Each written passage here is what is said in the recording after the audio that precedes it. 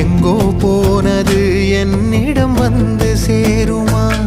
ஒரு தெய்வம் பார்க்க வந்து ஒரு தெய்வம் போச்சு என்று நம் வாழ்க்கை எப்போதும் கண்ணாமூச்சியா? இந்த மண் மேலே இப்போது நான் தான் சாட்சியா? காற்றோடு பட்டம் போல இந்த வாழ்க்கைதான், அடையார் சொல்லக்கூடும் அது போகும் போக்கு.